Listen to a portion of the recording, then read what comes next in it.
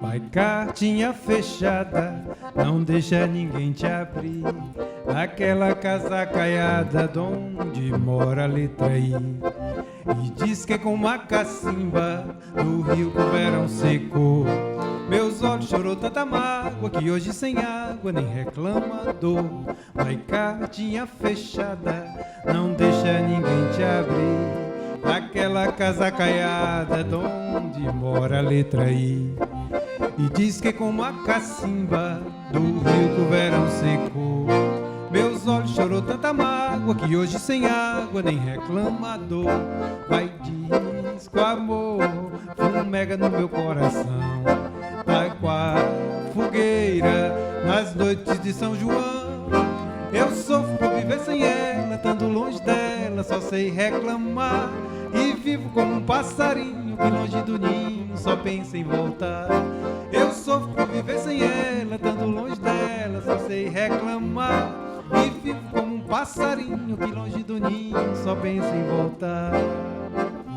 Olá, minha gente, estamos começando mais um bate-papo sanfonado, retornando aqui nesse bate-papo, esse encontro semanal e essa conversa gostosa com os nossos queridos artistas.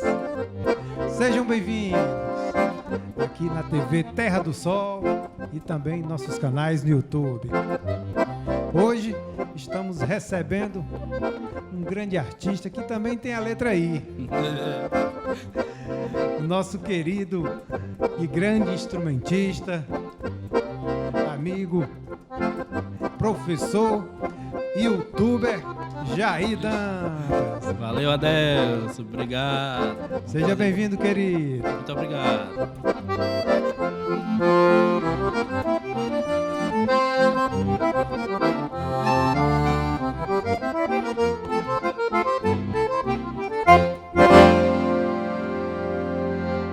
Por estar aqui conosco, obrigado pela sua presença. Seja bem-vindo.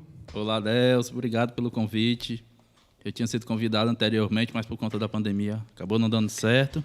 E aí eu fico grato novamente por estar aqui ao seu lado.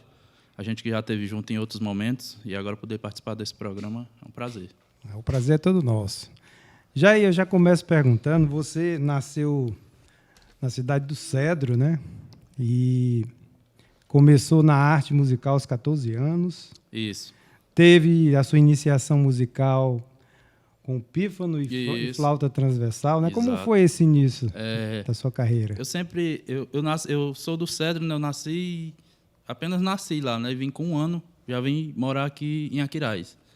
E tive, desde dos 10 anos em diante, eu já tinha uma tendência a trabalhar, a mexer com música, né? Eu sempre gostava de ouvir. Tinha trabalhadores no sítio onde eu morava que tinham instrumentos e tocava, e eu ficava assim, louco vendo aquilo, tinha muita vontade. E aos 14 anos surgiu em Aquiraz um projeto social, no qual eu fiz questão de ser um dos primeiros inscritos, né? Eu sabia que ia ser um projeto social Bacana, né? Bacana e relacionado à música, né? Então já me inscrevi e desde então faço parte desse projeto. Comecei estudando pífaro e fui sempre muito curioso. A primeira flauta transversal do projeto, que na época era coisa do outro mundo, né? Os alunos viam uma flauta transversal. A primeira flauta de lá do projeto foi eu que peguei, fiquei tocando por um tempo e sempre fui muito curioso. E hoje faço parte do projeto social como educador. Então, para mim, é um prazer. Maravilha. Jair, você toca a sanfona. A sanfona é um instrumento, minha gente, muito difícil de tocar. E o Jair toca de uma forma muito peculiar, porque ele toca ao contrário, né? Ele conseguiu desenvolver uma técnica de tocar esse instrumento que já é tão difícil e ele toca, né, invertido. Como foi essa coisa de você chegar na sanfona e conseguir essa técnica de tocar dessa forma? Foi meio que curioso. Lá no projeto social, a gente tinha aula de pífaros, percussão, e não tinha instrumento harmônico, né, na época. E uma das pessoas responsáveis por eu acho que eu tocar sanfona hoje, chama-se Cláudio Henrique, que é lá de Mossoró. Cláudio Foi a Henrique. primeira pessoa que me apresentou um acordeão e deixou eu pegar, né? Eu, em casa, meu pai, como via que eu gostava muito de música, me deu de presente um teclado bem pequeno e eu ficava em casa ouvindo rádio e tentando pegar melodias. Tudo de música meu era pegar melodia, eu não sabia o que era harmonia, enfim. E aí eu pegava melodias no teclado. E aí a primeira vez que eu tive contato com o acordeão foi desse rapaz, no qual eu sou grato, eu sempre falo a ele. E as primeiras melodias eu não sabia fazer com a mão direita, porque eu já era esquerdo, né? E Você no teclado já tocava no teclado só tocava com a mão esquerda. esquerda. A direita era só para apoiar. Aí eu disse a ele, cara, eu sei tocar algumas melodias, mas com a mão direita não. Eu só sei com a esquerda. Eu vou virar aqui só para te mostrar como eu sei. Aí eu toquei, acho que Brasileirinhos, eu ainda me lembro. Eu tinha tirado o início de Brasileirinho com a mão esquerda. Pronto. Desde então, aí foi adquirido um instrumento para o projeto. E eu, como era curioso e assim, estava lá presente, fui contemplado, né? E levei para casa e pronto. Desde então, comecei a estudar já a sanfona de cabeça para baixo. Nunca tentei nem tocar asa branca com a direita. Então, acho para mim foi...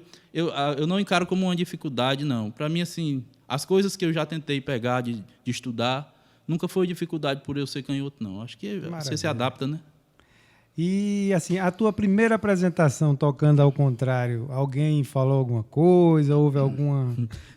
Como até hoje muita gente, né, não percebe, né? Gente, assim, o povão mesmo nem se liga que o acordeão está de cabeça para baixo. Muita gente não percebe. E lá no grupo, só os alunos, né, os colegas que percebiam, mas não achava isso... Não encarava isso como se fosse... Era como se fosse um violão virado de cabeça para baixo, né? Ah, que legal. Sempre encararam com normalidade. Sempre normalidade, né? Porque eles já tinham visto, inclusive, pessoas canhotas tocando violão, né? E achavam que era igualzinho. Só que é bem mais difícil, porque o instrumento é adaptado para quem é direito, né? Sim. Não existe, até onde eu sei, não existe sanfona para canhoto. Sim. O Amazon chegou a fabricar uma, mas não funcionou.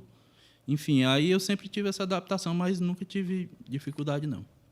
E você consegue tocar qualquer música, Sim, né? sim. Isso não atrapalhou a técnica, Nunca né? atrapalhou. Graças a Deus, eu costumo dizer, porque eu vivo exclusivamente da música, né? Sempre trabalhei com música, nunca trabalhei com outra coisa. Meus pais são grandes apoiadores.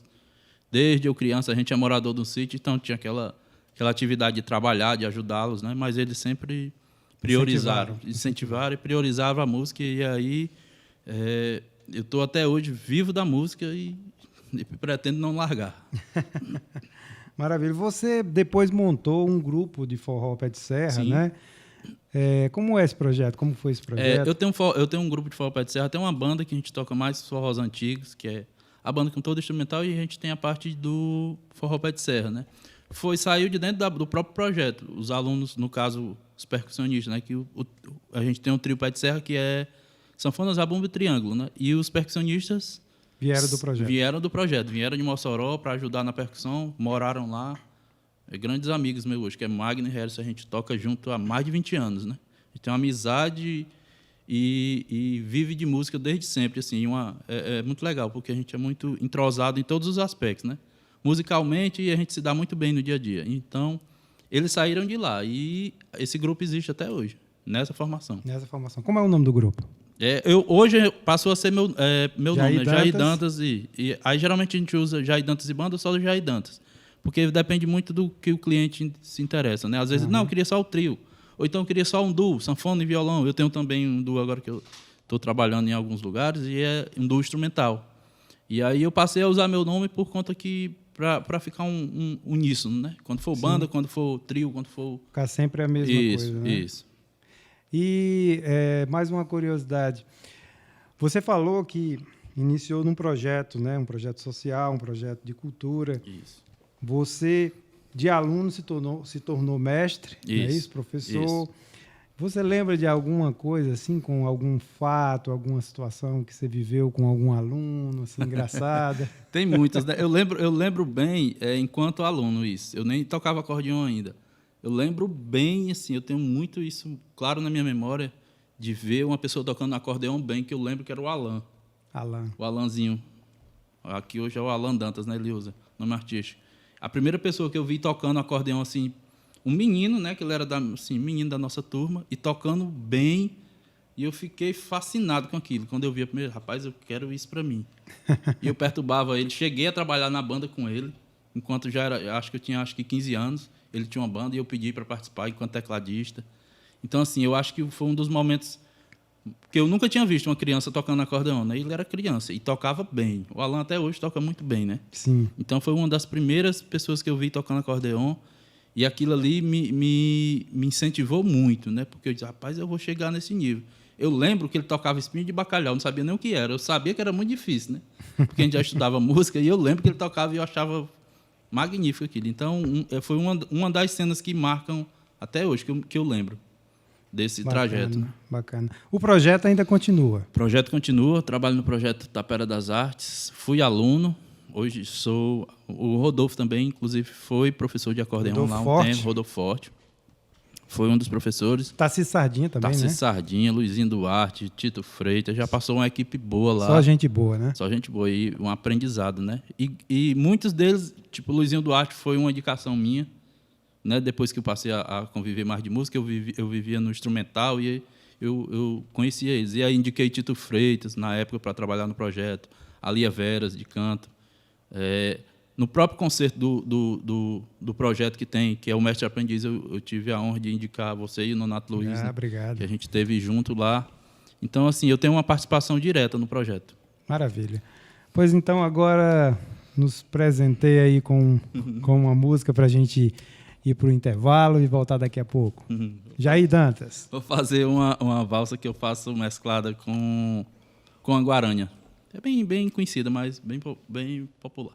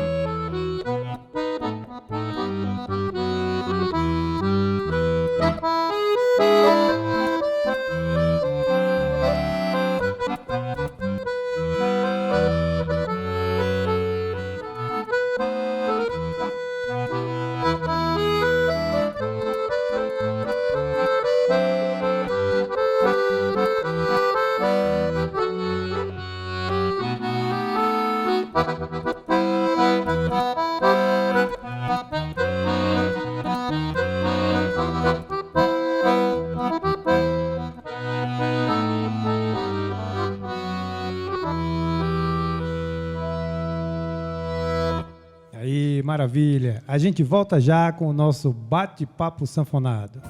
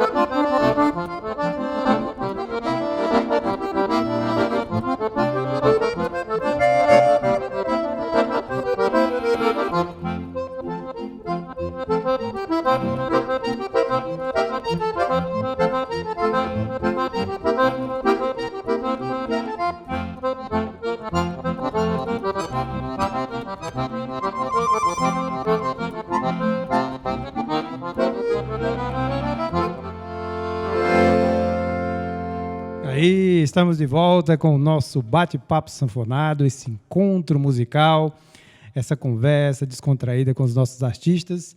E hoje estamos recebendo aqui esse grande instrumentista, professor, youtuber, Jair Dantas. Obrigado, Adelso, mais uma vez pelo convite. Estou aqui às ordens.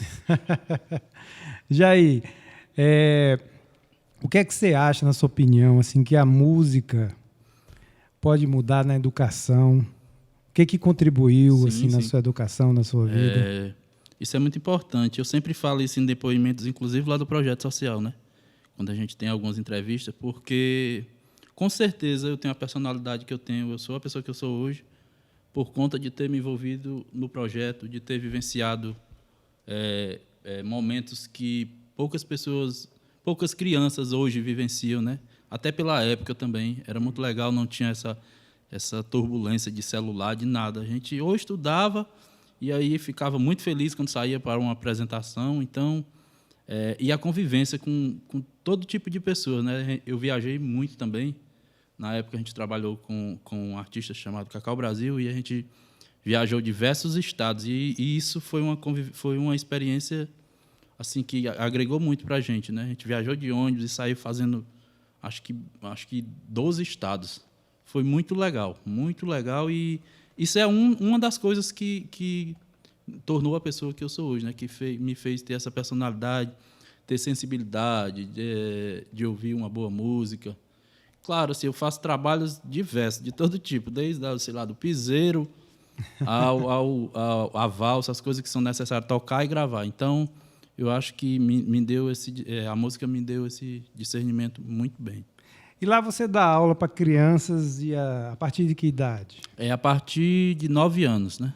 Por conta do peso do instrumento também. E aí a gente prefere, a partir dessa idade, trabalha muito sentado. Aí tem dos 9 até os 16 anos, né? Eu acho que a partir dos 17 parece que não pode mais, mas a gente atende um público grande. Hoje eu tenho 30 alunos de acordeon. 30 alunos? 30 alunos. E lá tem 10 instrumentos no projeto, né? Alguns alunos já adquiriram, isso é legal também. Você vê o interesse dos pais incentivando, né? E eu demorei muito, inclusive na minha época foi muito difícil. Não tinha professor, não tinha instrumento, né? E hoje eles têm instrumento, tem professor, tem o carro para ir buscar e deixar. Tem as vivências musicais com os artistas, como o próprio Adel já teve lá. Assim, então eu falo muito isso para eles, né? Que eles aproveitem. Que na minha época não teve nada disso. E com garra mesmo eu consegui ficar na música, né? E assim, hoje está tudo muito, muito fácil. Na internet você tem tudo. Não sei essa música. Eu vou na internet, tem um cara ensinando dedilhado, né? E diversas versões, às vezes, né? Diversas versões. Eu quando vou tirar as músicas, eu escuto... Todo vídeo que você abre é uma versão diferente. E tem muita coisa bonita, né? Sim. Então, isso tem agregado lá no projeto. E as crianças... A gente vê o estímulo, né? Porque eles veem os outros alunos tocando e de muitas oficinas estão indo para de acordeon, como eu estava falando aqui nos bastidores, que tem muita menina estudando acordeon. Isso é muito legal. Muita menina estudando. Muita menina. E é muito legal, né? As meninas pegando gosto, tirando dúvida com os colegas e assim, a gente vê que o acordeon não tem limites, né? Sim. Eu acho que o acordeon vive a melhor fase, né, da sua vida, porque quando eu comecei na década de 80, ele estava em baixa, né? Era, né? É uma época que a música pop, o rock, estava muito em cena e o acordeon ficou um pouco de lado. Foi a época que Luiz Gonzaga desapareceu um pouco e tal. Eu lembro da história. Mas vamos falar um pouco mais de você, da sua carreira. Você é um youtuber, né, de sucesso. Você tem publicações com inúmeras visualizações, likes, compartilhamentos. Como foi que começou essa coisa? Eu não sei se é youtuber não, né? Porque o YouTube é um trabalho totalmente focado no canal, essas coisas. Eu não, se não é minha prioridade o YouTube, mas eu tenho trabalhado bastante. Começou numa brincadeira. Esse lance do YouTube, né, foi uma criança de Alagoas chamado Vinícius esqueci o sobrenome dele, Vinícius. Eu vi um vídeo dele em cima do jumento, lá em Alagoas, né? Numa fazenda, cantando uma música do Mano Walter. E ele cantando super afinado, né? Tudo, quando eu vi, vixe Maria, esse menino desse tamanho, era uma criancinha mesmo. Ele devia ter ali, sei lá, 7 anos, 6 anos. Um vaqueirinho. Vaqueirinho, cantando tudo certinho. Aí como eu comecei a mexer com um trabalho de gravação, né? Assim, eu sempre fui curioso. E aí comecei a me meter a mexer com gravação. Comprei um controlador e um computadorzinho e ficava brincando com os instrumentos virtuais. E aí baixei o vídeo desse menino, tirei o áudio, extraí o áudio. E aí fui tentar, como ele cantou tudo certinho, inclusive a pulsação, né? Eu fui tentar colocar o instrumental em cima. Coloquei bateria, meio enganchada ali, contrabaixo, sanfona. E aí eu lembro que eu brinquei e editei o vídeo no celular, inclusive. E o vídeo, aí eu brincando, coloquei no Facebook. Aí eu lembro que no primeiro dia, em 6 horas, deu 180 mil visualizações. Caramba, 180 mil. Eu disse, olha que legal. Aí pronto, todas as páginas começaram a compartilhar. Ganhei seguidor. E aí pronto, aí eu disse, o pessoal gosta disso, né? Aí eu comecei a melhorar, né, a qualidade de áudio, a qualidade de vídeo, pesquisar, comprei uns equipamentos melhores. E aí comecei a fazer vídeo nesse formato. Aí saí da ideia de fazer as montagens. Eu fiz com algumas crianças, o Vinícius, que é de Tauá, né, dos meninos da escola do Pedrinho. Fiz algumas, João Feitosa. E aí eu fiz algumas montagens com ele e comecei a fazer vídeos com introduções de forrós das antigas, forrós, brasas do forró, machos com leite, essas coisas. E um dos vídeos que impulsionou mesmo o canal, que trouxe sim, muitos seguidores, foi o vídeo dos Brasas do Forró, tocando aqueles vaneirão gaúcho, né? Uhum. Que os Brasas tiveram uma época aqui que gravou um monte daquelas músicas gaúchas. E aí eu fiz um popurrí que eu lembro, acho que foi 8 músicas gaúchas, só que na versão forró, né? Aí esse vídeo hoje tem 2.900.000 visualizações. Que no YouTube é bem difícil, né? Para quem mexe com rede social, sabe que Instagram e TikTok, essas coisas você consegue, mas no YouTube é complicado. E daí eu criei várias versões desses vídeos, de várias bandas, Tropicália, aí fazia só as músicas clássicas que marcaram, e o pessoal gosta dessa nostalgia. Daí eu tenho investido nisso, mas assim, não é o meu foco de trabalho, principal. Mas eu gosto. E tem trazido indiretamente trabalho, porque eu montei um home studio, e as pessoas veem o trabalho e perguntam se eu gravo, se eu faço playbacks, se eu coloco sanfona, e assim, tem sido uma fonte de renda, né? O próprio YouTube, e os trabalhos que geram através dele. Eu vi um vídeo seu, acho que um dos últimos, sim, onde você toca uma música do Dire Street, né? Dire Street. Dá para dar uma palhinha aí pra gente?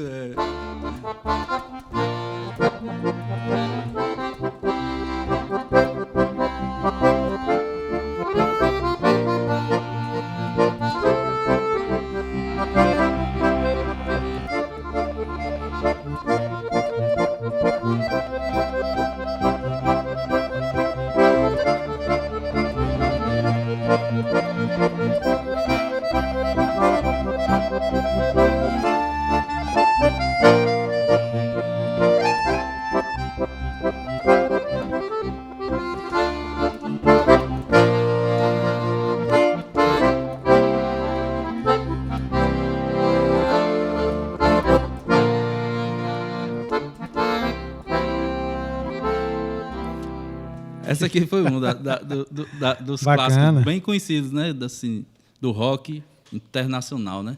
E aí essa música eu já conheço de muitos anos. E eu sempre pensei, né, nessas versões que eu gravo, eu ainda vou fazer o vídeo dessa música, eu sei que o pessoal se impressiona com essa coisa da sanfona, né? Sanfona de tocar ligeiro. Rock, né? Sanfona no rock, esse negócio que aparenta ser muito ligeiro, muito difícil, né?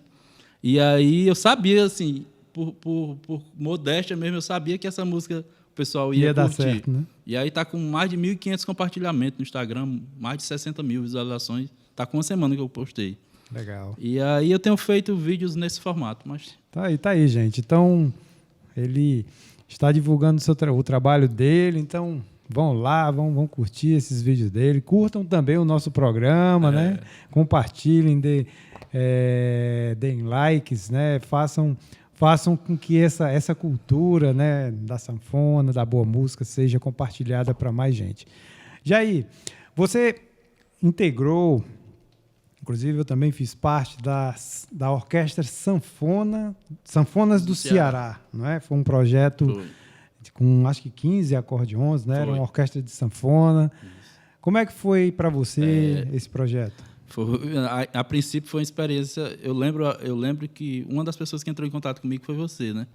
Mesmo no início. E assim, eu fiquei morto de feliz e morrendo de medo também, né? Porque quando se fala em orquestra, né, aí é um outro tipo de trabalho do que o acordeão tá acostumado a vivenciar, né? Que é o tocar de ouvido, é não tocar em grupo, não ter tantos arranjos, muita coisa para fazer. E lá eu tinha consciência que ia ser um trabalho, como era o Adelso que estava à frente, eu sabia que ia ser um trabalho muito sério, com 15 acordeões. Então eu sabia que era um negócio complicado, mas assim, eu topei. E me lembro que eu me dedicava demais, assim, eu lembro demais, nos ensaios eu chegava com as músicas bem direitinho. Bem ensaiadinho. Né? Bem ensaiadinho, morria a semana todinha estudando para deixar bem certinho. Eu lembro demais, e foi uma outra experiência que eu vivenciei, muito bacana, tocar com 15 acordeões sem ninguém querer aparecer em cima de ninguém. Isso é uma experiência legal para os músicos, né? Sim. Você tá do lado de 15 instrumentos do mesmo seu, e você tem que tocar tudo certinho, tudo igual ao outro, ali respeitando o momento do outro. Foi uma experiência muito bacana. Além desse projeto, teve também o projeto do Quarteto Sanfonado, do Quarteto Sanfonado, né? Que a gente fez logo depois, foi, né? Foi um convite, né? Eu lembro que acho que foi até algo do Natal, né? Sim, nós tocamos na Praça do Ferreiro. No Natal de Luz. Natal de Luz. Acho que foi o primeiro show, né? Isso. Depois, que eram as músicas natalinas. Isso, tocadas em sanfona. E depois nós tivemos no Mel, Chorinho e Cachaça. Mel, Chorinho e Cachaça. Quarteto, né? Eu acho, foi outra experiência difícil, né? Porque todos que conhecem o trabalho da Adelso sabem do quanto ele é responsável, assim, muito, muito, muito cuidadoso, né? E eu penso igual ele também. Eu sou muito cuidadoso em todo o trabalho que eu vou fazer. Eu tenho que estudar e deixar tudo muito certinho. E era uma responsabilidade. A gente saía de 15 acordeão para 4, né? Então, a notinha errada, um deslize ali... Tudo aparecia, né? Tudo aparecia. Então, foi uma outra vivência, outra experiência. Só abrindo um parênteses. Eu lembro, você falou daquele momento, que é de algum momento que me marcava. Eu estava no intervalo, eu lembrei, né? Que um dos momentos que eu senti que eu queria ser acordeonista, não é por estar falando aqui, mas eu lembro demais da gravação do CD do Raimundo Fagner no Dragão do Mar. Os meninos do projeto participaram da abertura lá na Praça Verde. Praça Verde. Isso, que ele gravou, acho que foi 2 discos, né? Sim, saiu um CD duplo. Isso, exato. E a gente se apresentou e ficou para assistir o show. E eu me lembro demais do Adelso fazendo Pedras que Cantam, né?